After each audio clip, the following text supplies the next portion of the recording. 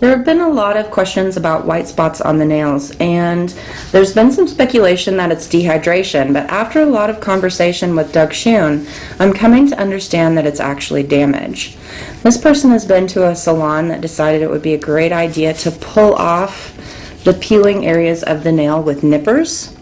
And so you can see some damage from that, but I also want to show you some removal tips that will also help with the damage. Notice that there's a little bit of remnant of the shellac. Instead of really scrubbing at those with the orange wood stick, you want to come back in with some remover on your plastic bag pad so that it can finish penetrating through the shellac as well as get into the base coat, where it will then use those quick release polymers to let go of the nail plate.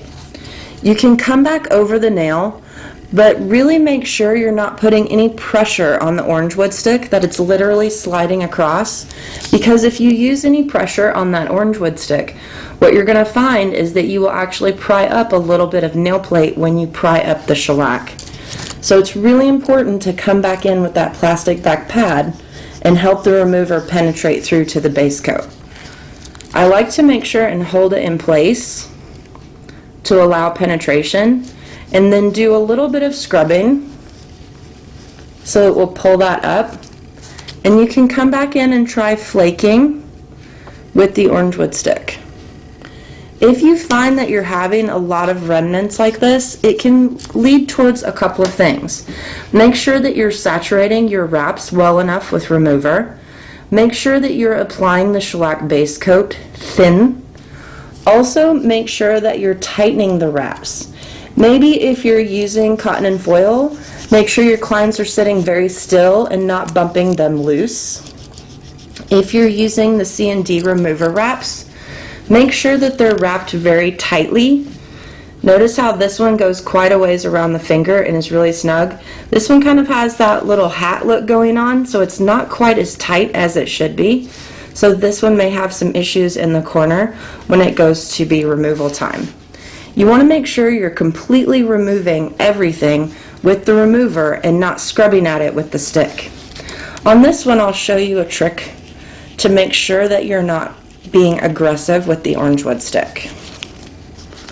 I literally just lay it down in between my fingers and use my thumb for balance. I don't actually put any pressure on the stick with my thumb. I just use it for balance. Slide the orange wood stick down the nail, and if you feel it catch, for instance, I can feel it catch on that piece.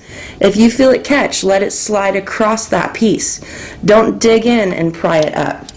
Otherwise, that's how you end up with the white spots. So if you look at this nail, and we'll zoom in on that as soon as I get this one removed, you can see the damage at the end of the nail where the pieces of nail plate were pulled up. But you can also see the white spots, which are a result of pulling up nail plate with the orange wood stick. So this is where her nail plate was peeled up with nippers, and then this is where it was too aggressively removed with the orange wood stick.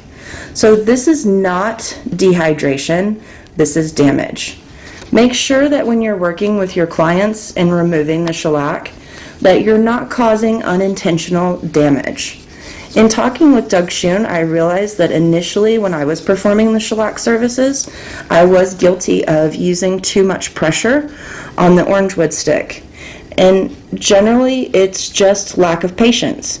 We have had the timer set, we know that it's been on there long enough, we think we've wrapped it tight enough, and instead of doing some troubleshooting to figure out why it's not coming off clean and easy like it's supposed to, we go ahead and get in there and pull it off with the orange wood stick so that we can stay on task with our schedule. It's really important that we're not causing damage, even unintentional, because those white spots are not dehydration, they're damage. Thanks, Doug Schoon, for the information, and thank you for watching the video and further educating yourself. Happy shellacking!